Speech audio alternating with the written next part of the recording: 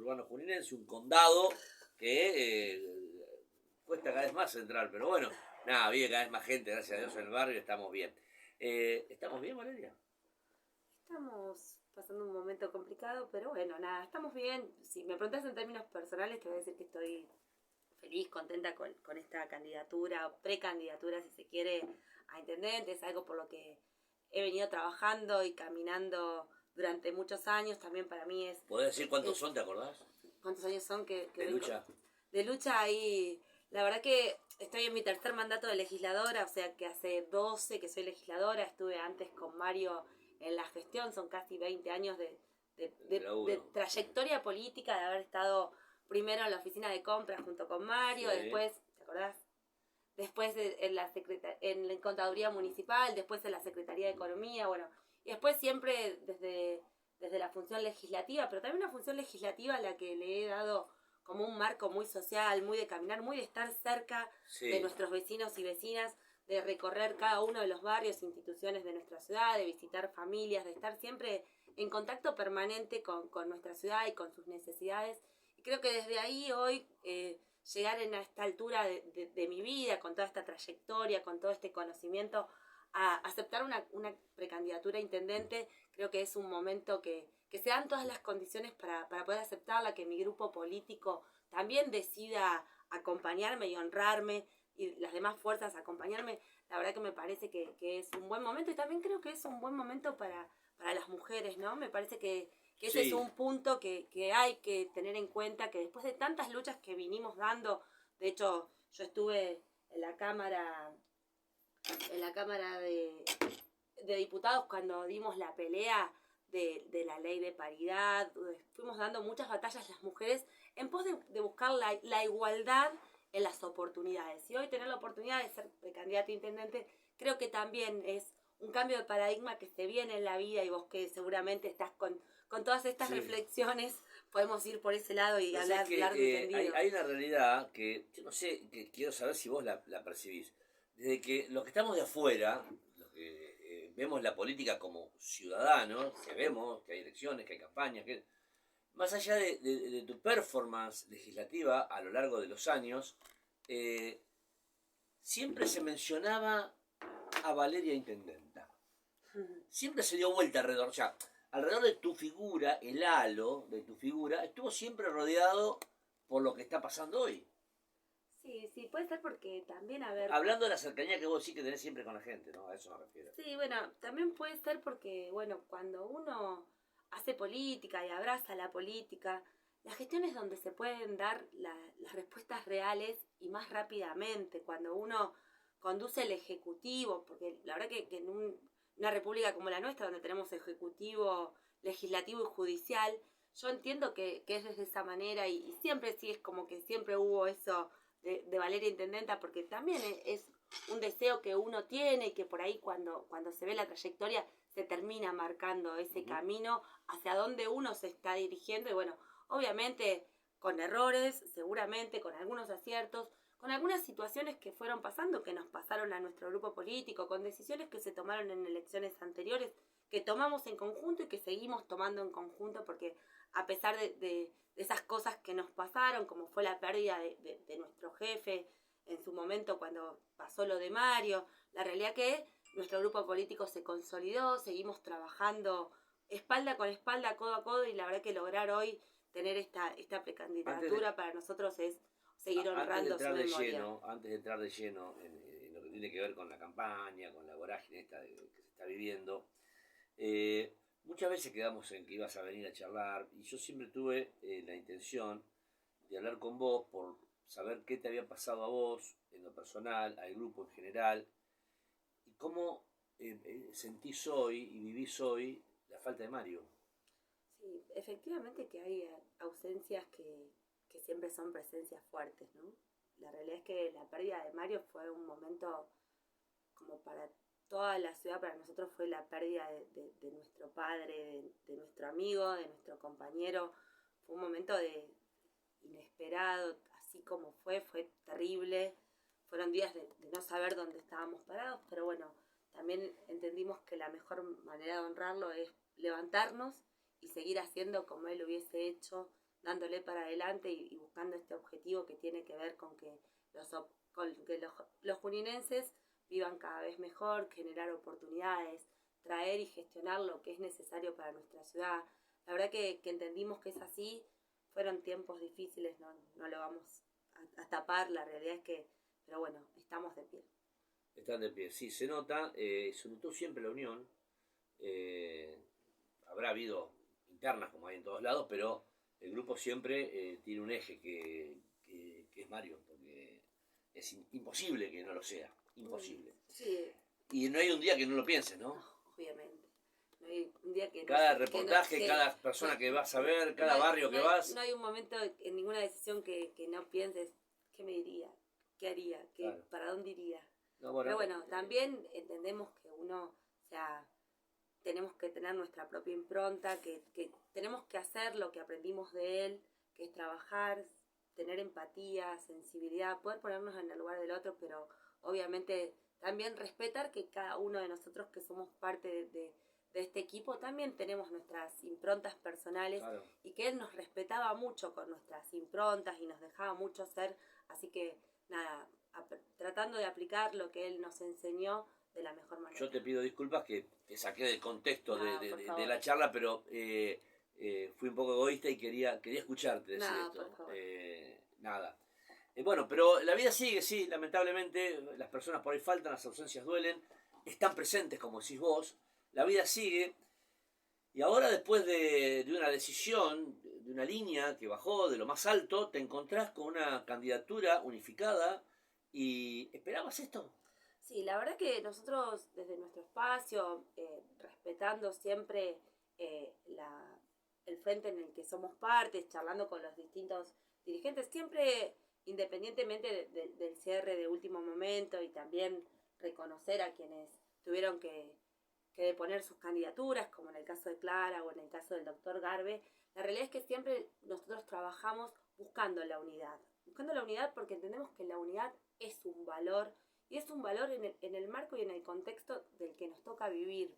Nosotros cuando recorremos, y si hay algo que hacemos es caminar mucho y escuchar a nuestros vecinos y vecinas, la verdad es que hay un hartazgo, hay un cansancio, un desasosiego, hay no creer en nada. Y la verdad que eso entendemos que traerle a este momento que nos toca enfrentar una interna donde empezamos a desgastarnos entre unos y los otros y a decir cosas, la verdad que no está bueno por los vecinos, porque de hecho lo vemos enfrente con el resto de los partidos, claro, donde sí hay confrontación, y la verdad que entendemos que no es un momento para esas cosas, es un momento para más llevar soluciones, llevar respuestas, llevar compañía, que llevar más pelea y más grieta a esto que es la política, que es lo que conduce los destinos de nuestra ciudad. Sí, vos fíjate que sin ir más lejos, lo que pasa con Juntos por el Cambio, a nivel nacional, de ahí para abajo, se torna sanguinoliento, y no es más sanguinoliento porque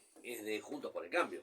Si fuera del otro lado, sería todavía mucho más endemoniado todo, ¿no? Sí, me parece que no es momento de virulencia, se vive una situación de verdad, Fabi, cuando uno habla con cualquier vecino y lo escucha, hay hartazgo, escucha tristeza, y la verdad que nosotros no tenemos que vivir de esa manera, porque como hablábamos al principio, uno tiene el objetivo de vivir de la mejor manera posible, y cuanto más va transitando en su vida, y uno siente angustia al escuchar cuando un vecino habla con tristeza. Me parece que tenemos que buscar eso de generar esperanza, de traer esperanza, de hacer lo que hacemos con alegría. Si vos me preguntás, yo te dije, estoy feliz con mi candidatura, creo que eso se transmite también.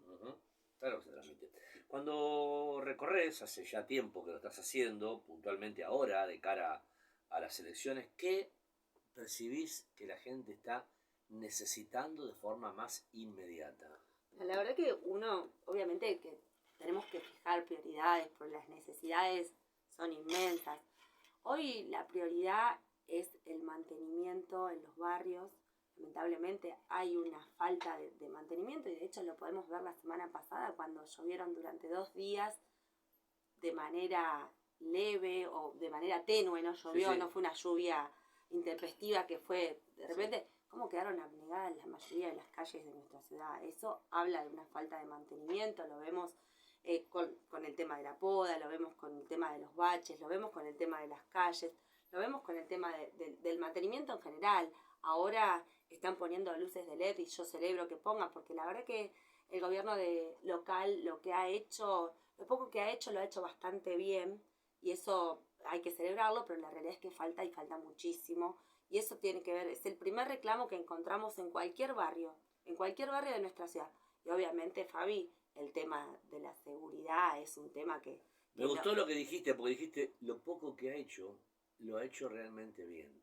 Un mensaje, lo recalco la frase porque no deja de decir lo poco que han hecho, es así. Sí, efectivamente, yo siento que a nuestro gobierno local le falta gestión. De hecho, cuando asumieron en 2015, alineados, gobierno nacional, gobierno provincial y gobierno local, a mí me generó una expectativa pensando en que nuestra ciudad se iba a poner o se iban a gestionar grandes obras o grandes cosas para nuestra ciudad, y la verdad que cuando empezamos a mirar y a recorrer y a pensar, y si los hago pensar a ustedes me van a decir lo mismo, grandes obras desde la gestión municipal no se han hecho, y después hoy acusan que el gobierno de la provincia y de la nación discriminan, pero cuando salimos y recorremos nos encontramos con 149 viviendas que está haciendo el gobierno nacional, con 25 viviendas que está haciendo el gobierno de la provincia, con los fondos de la terminal que mandó el Estado Nacional, con la obra del bajo nivel. La verdad que son obras que se están haciendo en un municipio que no tiene el mismo color político que nuestro gobierno. No, claro. Pero cuando pensamos en la época de Macri y Vidal, no encontramos ninguna vivienda hecha, encontramos la terminal abandonada, encontramos ninguna obra de envergadura, salvo el Canal Norte, que fueron con fondos de nación y que fue una obra que se hizo porque en su momento el intendente Meoni había dejado todos los estudios listos para que venga el financiamiento. No hay ninguna que se haya hecho. Yo les pido a ustedes que hagan el ejercicio y me corrijan si estoy equivocada. No, yo sé lo que decís vos, es posta, y yo lo que no entiendo de los políticos, ojalá que a vos te toque, más allá de que no te toque la oposición gobernando la provincia, pero ¿por qué hay un ensañamiento en criticar la provincia? Como que me hace mejor criticar a la provincia o criticar a Kicillof, y yo voy a gobernar con más espalda, y me parece que es al revés, y los perjudicados, los que estamos al medio, somos nosotros. Efectivamente, lamentablemente, igual, a ver, yo entiendo que uno pueda no compartir políticamente, pero tiene que reconocer algunas cuestiones. En eso pasa más que nada por ahí, porque podemos no compartir. Yo la verdad que no comparto nada con el gobierno local o con el pensamiento político que tienen quienes conducen nuestra ciudad, pero reconozco que lo poco que se ha hecho, se hizo bien. O sea, sí. Y eso tiene que ver con la generosidad de cada uno. Me parece que a veces nos encerramos tanto en querer defender una idea que dejamos de pensar en nuestros vecinos y vecinas, que en realidad son los beneficiarios de nuestras obras y de nuestras acciones. Nosotros cuando conducimos una ciudad, la tenemos que conducir pensando en quienes van a ser los beneficiarios o los perjudicados de nuestras acciones. Sí. La realidad es esa, entonces pasa por ahí. Me parece que uno cuando se ensaña y se ensañan con la provincia, y la verdad que la provincia ha hecho un montón de obras en Junín, sigue mandando fondos. Se arreglaron 40 escuelas por más de 700 millones de pesos. Se mandan todos los días 2 millones de pesos del fondo educativo. Vos me vas a decir, sí, es por una ley. Sí, es por una ley. Pero esa ley prevé, una ley que se hizo desde la legislatura que yo integro, prevé que ese fondo sea para infraestructura escolar. Y cuando vamos y recorremos las escuelas y hablamos con los docentes y vemos principios de clase que no se pueden iniciar las clases porque los chicos se mueren de calor. La realidad es que la municipalidad tiene la herramienta para poder resolver esto. La provincia está mandando. Pero es más fácil echar la culpa, seguir teniendo un municipio rico como el que tenemos y los pibes afuera de las aulas. Total es responsabilidad de la provincia. Claro. Me parece que en esas cuestiones tenemos que empezar a verlo de otra cosa. Yo no puedo admitir, porque yo entiendo que el Estado no es para especulación financiera, que es distinta a la idea a la que tiene hoy el gobierno de Junín. La realidad es que yo no entiendo que un gobierno tenga 1.000 millones de pesos en plazo fijo, cuando tenemos necesidades insatisfechas. Y pasa lo mismo, 42 millones hay, que 42 millones para el gobierno puede ser poco dinero. La realidad es que podrían haber comprado cuántos aire acondicionados para que inicien las escuelas en lugar de tenerlo en plazo fijo. Claro. Sí, sí. Robert, estás callado, amigo. No, esta vez está escuchando atentamente. Más allá de lo local, indudablemente también hay un contexto, bueno, económico, un contexto nacional que incide y que encuentra como principal preocupación a la inflación, ¿no? Sin dudas. Al bolsillo de la gente. Y la pregunta es, porque si bien siempre hacemos referencia a lo local, pero no podemos dejar de hacer referencia a lo nacional, sobre todo teniendo en cuenta que pertenecen al mismo espacio político No, del obviamente, gobierno nacional, pero bueno, ¿no? yo te entiendo el planteo y la verdad que es una preocupación en este hartazgo que encontramos, tiene que ver con la preocupación económica. Obviamente tenemos una situación muy difícil por delante, donde el ministro de Economía, que es Sergio Massa, que es nuestro candidato a presidente, a quien yo respaldo plenamente y entiendo que es la persona adecuada y preparada para controlar esta situación. Lamentablemente el gobierno anterior nos dejó una deuda con el fondo que no la vemos traducida donde se debería traducir. Por esto mismo que pasa en Junín, pasa con la especulación financiera de la que hablaba y tal vez nos pongamos a hablar muy en difícil, ¿no? Pero hoy cuando vemos la inflación, cuando empezamos a tener orden político, empezamos a tener orden económico y empezamos a ver un camino a la baja en la inflación, que muchas veces la inflación, Roberto, no solamente se constituye de variables económicas, sino muchas veces tiene que ver con la expectativa de cada uno y cada una de nosotros que habitamos el territorio. Muchas veces cuando vos te dicen que la inflación es del 6% y vamos al súper y vemos o al mercadito que fue del 20%. ¿Por qué? Porque en realidad fue del 6%, pero la expectativa de ese comerciante que no cree o que cree que las cosas van a ir empeorando, hacen que aún suba más esa inflación. Y obviamente que es una preocupación, se está trabajando, nosotros lo vemos todo el tiempo, de hecho creo que tuvimos una buena noticia que fue que nuestro gobierno pudo pagar en yuanes parte de la deuda. Gracias, pero no tomo café. Para Roberto. Ah, Era cortado igual. Igual nunca tomo café. Mira. Bueno, creo que tiene que ver con esas cuestiones que no escapan a nuestra realidad y que no pueden escapar y no podemos dejar de hacernos cargo. Pero la realidad es que estamos trabajando arduamente en traer una respuesta y una respuesta de que a veces un poquito de inflación cuando hay generación de empleo no es malo, hay que también tomar esas decisiones, porque a veces tener inflación cero pero no tener fuentes de trabajo tampoco es bueno.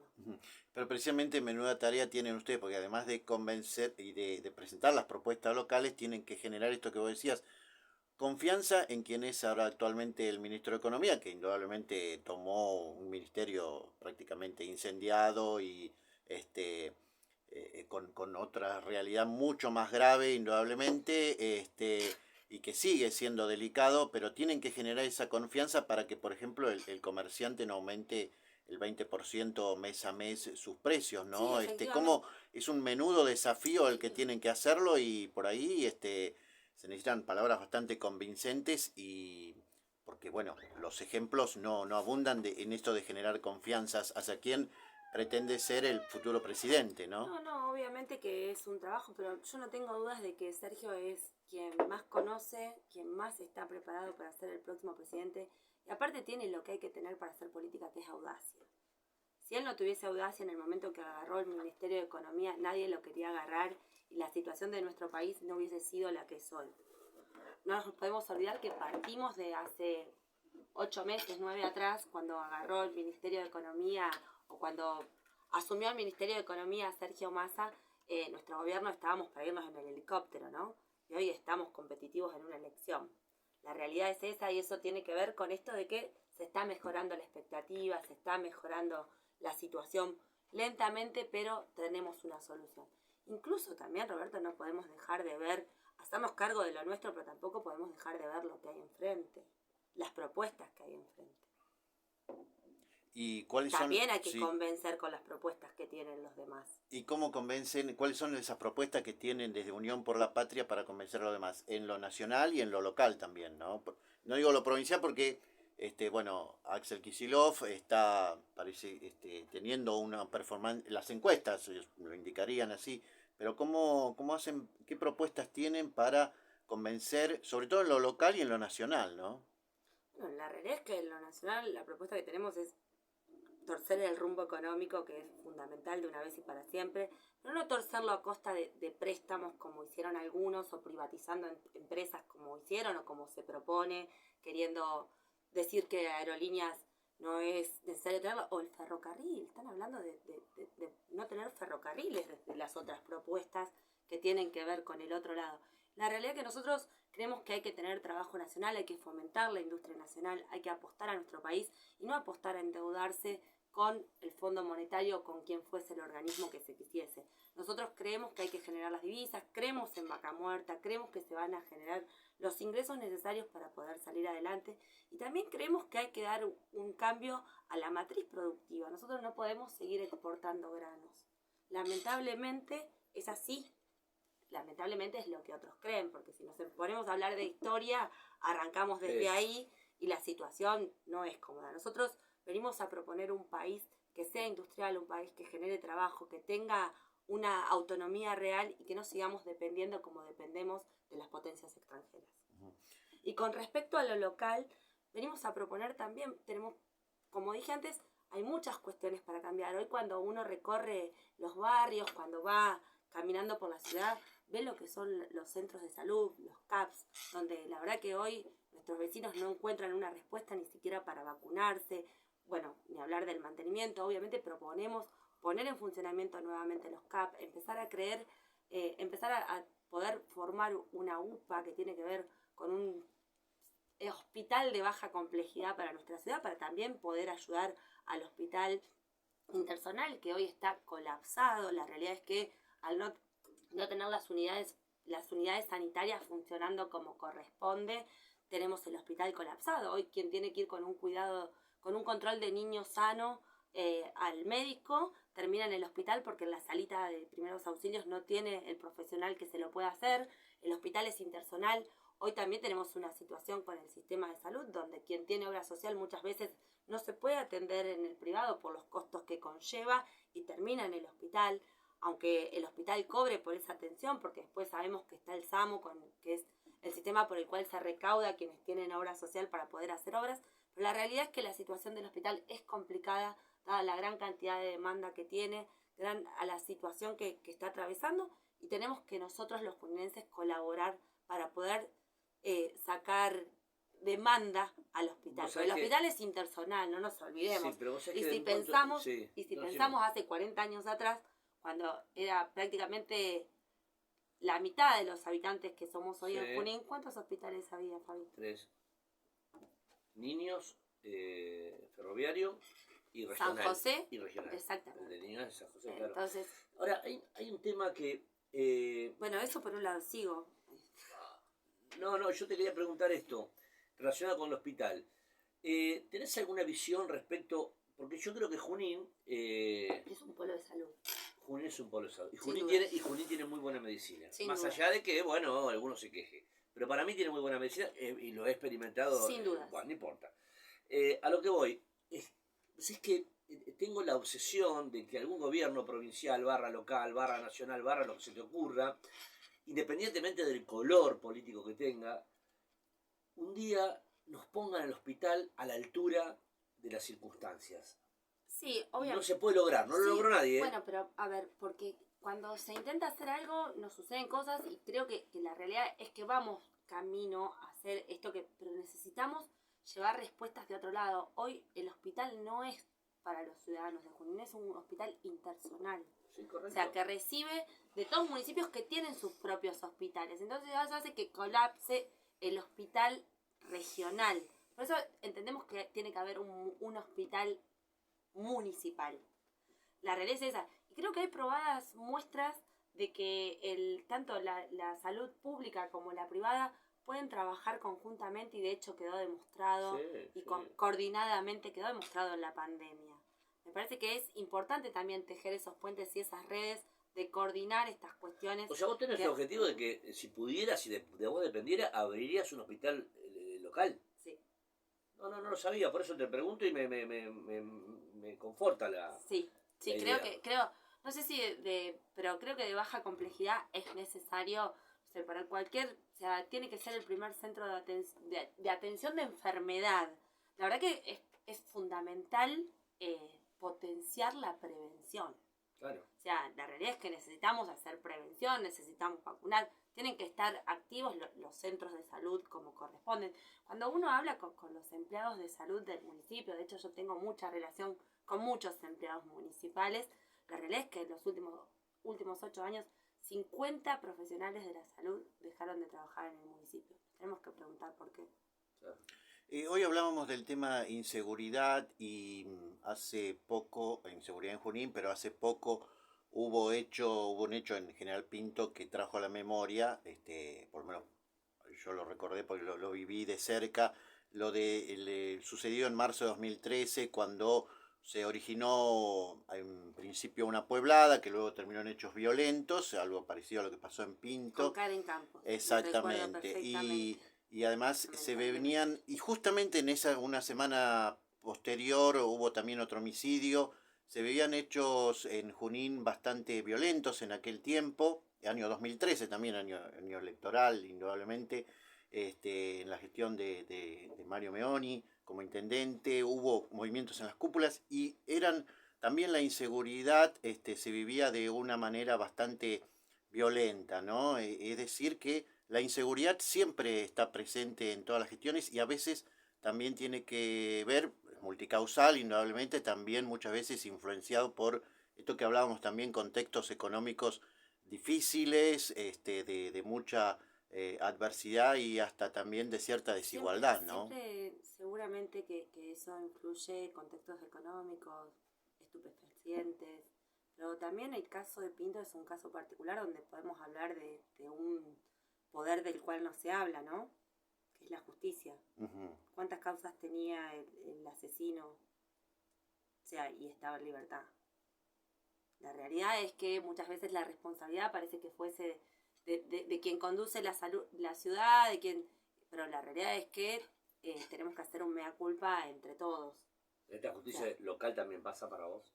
Yo creo que pasa en todos los ámbitos. O sea, la realidad es que cuando vemos la situación como la de Pinto, un pueblo donde se conocen absolutamente todos, donde la realidad es que el hecho de inseguridad de Karen Campos arranca, o sea, también, o sea, fue aún es peor porque se desconocía quién era. Sí, era una situación de robo también. Era también. una situación de robo, estas eran dos Claro, personas que... por eso hablamos de pero inseguridad, claro. Esto no fue en situación de robo. Claro, no, yo O sea, digo lo posterior trajo eso, los hechos violentos posteriores. En realidad cómo arranca la situación Claro. Es totalmente distinta. Acá fue en un hecho de inseguridad y aquel es en una pelea de adolescentes, Uh-huh. que son peleas que ocurren todo el tiempo. O sea, no es que solamente pasó con Fernando Báez Sosa, de hecho vos sos papá de chicos jóvenes y seguramente sabés y tenés la misma preocupación que tenemos todos. Sí, hay chicos que no terminaron con Fernández Sosa por casualidad, nada más sigue pasando estos días. Efectivamente. De todas maneras, igualmente la pregunta apunta mucho, tiene que ver esto que vos decías también, la responsabilidad de la justicia y los contextos económicos, de desigualdades, etcétera, que inciden indudablemente en la inseguridad cotidiana, que muchas veces excede la poca responsabilidad, porque ni siquiera el municipio tiene, las autoridades municipales, no tiene ni siquiera injerencia en los nombramientos o en los movimientos policiales, y la policía depende de la provincia de Buenos Aires. Sí, la policía depende, pero el municipio tiene injerencia en los nombramientos de las cúpulas judiciales de cada uno de los distritos, sin dudas. En los nombramientos judiciales. En los jefes, sin dudas. Ajá. ¿Policiales o judiciales? Policiales. Policiales. Sí. Correcto. Sin duda. Y con relación al tema patronato de liberados, que también, hablando del tema de inseguridad, ¿no? Esto que hablamos también de, tenemos un sistema carcelario, donde esto que hablamos de reincidencias, etcétera, no está cumpliendo indudablemente el objetivo, que es la resocialización.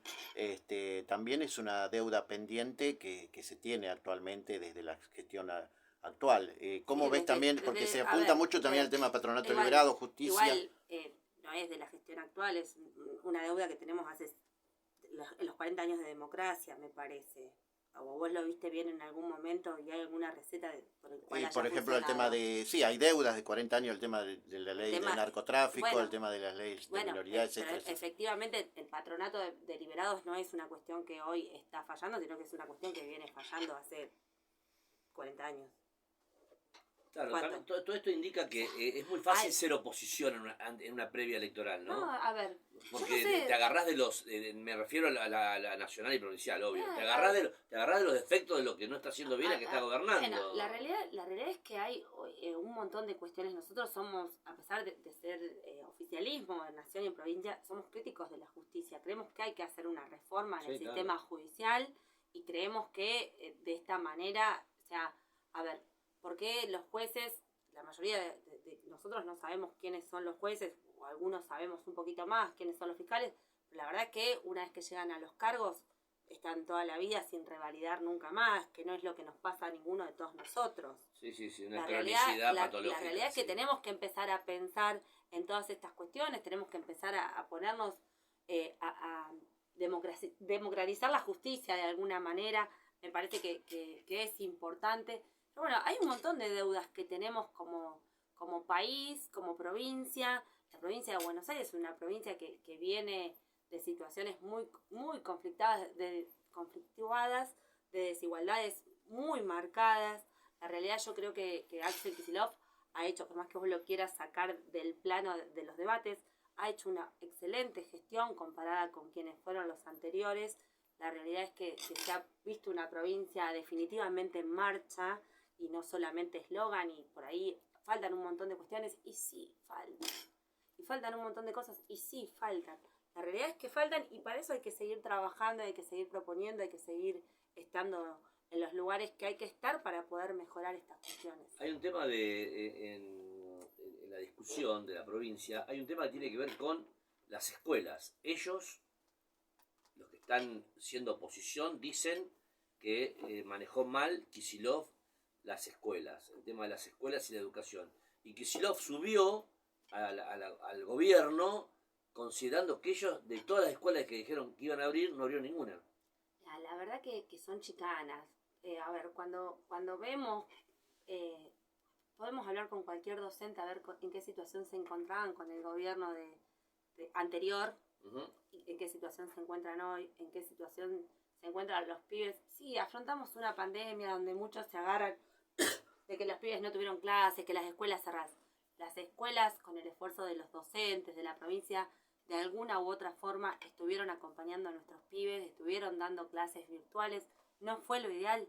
No fue lo ideal, no es lo ideal. Vos sos padre, yo Sí, también, sí. y vivimos, vos también, vivimos lo que fueron las clases virtuales, vivimos lo que fue la pandemia. O sea, a ver, si quieren, hagamos ese paréntesis de nuestra vida, saquémoslo de la gestión.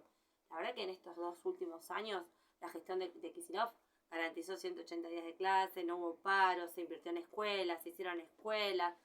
Es tedioso compararse con los anteriores. Yo celebro lo que se logró. Robert Serralo. Bien, Valeria, lo que vos quieras destacar finalmente como mensaje, como un mensaje precisamente para todos los oyentes, quienes nos están escuchando en este momento, y profundizando sobre todo temas de propuestas, ¿no? De propuestas de Unión por la Patria en lo local. Sí, efectivamente. La realidad es que mi mensaje es, creo que todos me conocen, y el que no me conoce, seguramente alguien ha escuchado hablar de mí, saben cómo pienso y cómo trabajo.